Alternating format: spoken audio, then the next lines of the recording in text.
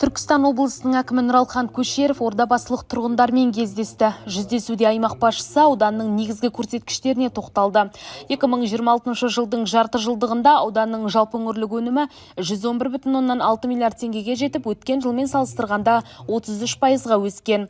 Ауданға тартылған инвестиция көлемі 26,6 миллиард теңгені құраған. Бүгінде 45 елді мекен газбен қамтылып, газдандыру деңгейі 78,9%-ға жетті. Биыл Елшібек Батыр мен ынтымақ ауылдарына 200 орындық мектептерді ашу жоспарда бар. Сонымен қатар жыл соңына дейін мәдениет үйі, кітапхана және спорт кешенін ел игілігіне беру көзделіп отыр. Ағымдағы жылы 5 елді мекенге газ құбырларының құрылыс монтаж жұмыстары басталды. Мемлекет басшысының медициналық инфрақұрылым кешенін жақсарту тапсырмасының аясында осы Темірлан ауылында 200 орындық перинаталдық орталық құрылыс ағымдағы жылы басталды. Жаңа перинаталдық орталық 4 аудан мен бір қала тұрғындарын жоғары деңгейде заманауи медициналық көмек көрсететін болады. Ол осы Ордабасыға, Байдыбек, Сайрам, Түлкібас және Арыс қалаларына қызмет ететін болады. Құрметті жерлестер, 25 жылы өздеріңізбен өткен кездесуде көтерілген өзекті мәселелерді бақылауға алып, олардың шешу бойынша іс-шаралар жоспар бекітілген болатын. Темірлан ауылында 152 кредиттік пәтердің құрылысы толық аяқталды.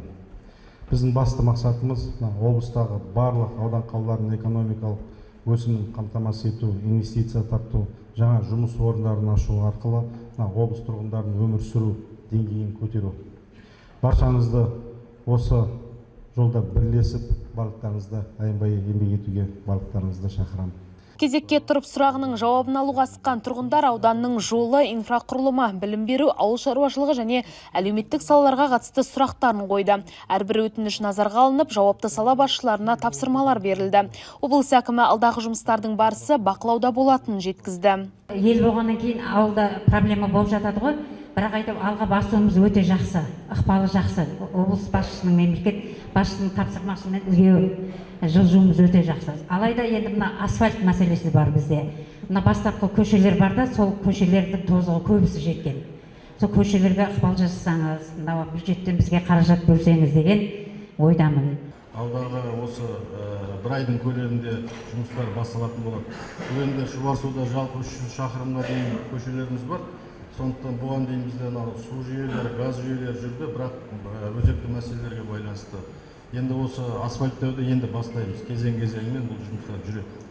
Рахмет. Қолдау көрсетсеңіз, құрметті Нұралхан Көшеров мырза. Сол ғой біздің тілегіміз. Былай ғой, бір күнде бәрін шешіп тастау мүмкін емес. Иә, болса да ғой. Білесіздер, бірақ кезең-кезеңмен шешіп келе жатырмыз. Ең бастысы Шұбар ауылында біз қажетті инфрақұрылым жұмыстарын жүргіздік қой. Білемін, өзім де көргем барғанымда. Сонда енді жер кішкене лай шығып, бірақ енді бәрін 100% шешіп беремін деп айтамайын, бірақ сол 17 километрге жобаны әзірлегенбіз. Жалпы соны биыл жыл бастайтын боламыз. Енді жыл өтпелі болатын шығар, бірақ кезең-кезеңмен бәрін шешеміз. Армысыздар, құрметті Ордабасы ауданының тұрғындары, құрметті Нұралхан Оралбайұлы мырза. Мынау мен Төрткүл ауыл округінің азаматымын, шаруашылықпен айналсам, есімім Досыбай Дөненбай Алтыбайұлы. Менің қоятын сұрағым осы жалпы Ордабасы ауылы халқының көкейінде жүрген сұрақ деп ойлаймын. Өйткені біз Ұлы Жібек жолының бойында, Күре жолдың бойында тұрамыз. Мынау Батыс Қытай, Батыс Европа жолы осы Төрткүл елді мекенін басып өткен. Сол Төрткүл елді мекенінің азаматтарының сауалнамасы өтініші деп біліңіз. Мынау қыс болды, қар жауды, көктем болды, жауын жауды, үлкен көліктер өтеді. Осы Күре жолдың ремонты біздің Төрткүл елді мекенінің орталығы, одан ары мынау Көкарал елді мекенімен екі орта, Спатайып елді мекенінің іші, сол жерлер, бүлінген жерлер көп, ой шұқыр, жарылған жерлер, гармошки жерлер бар. Сол жерлерге жөндеу жұмысы қашан қалай жүргізіледі? Осы сұрақты ауыл тұрғындарының атынан өзіңізге жолдап отырмын.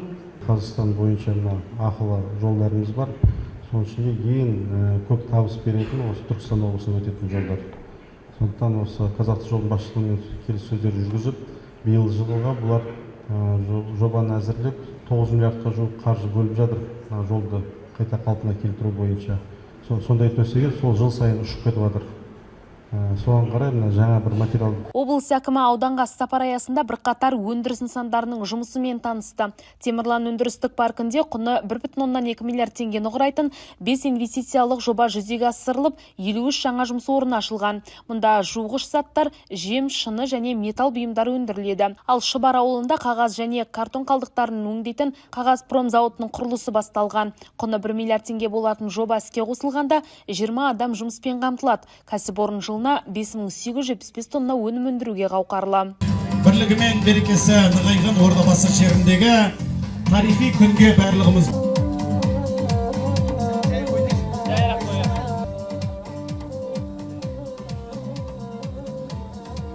Мінекей капсула салу рәсіміне куә болып жатырмыз. Қарлығаш Байгөбек, Илдар Жүнісханов, Олжас Құдайбергенов, Әділет телеарнасының жаңалықтар қызметі.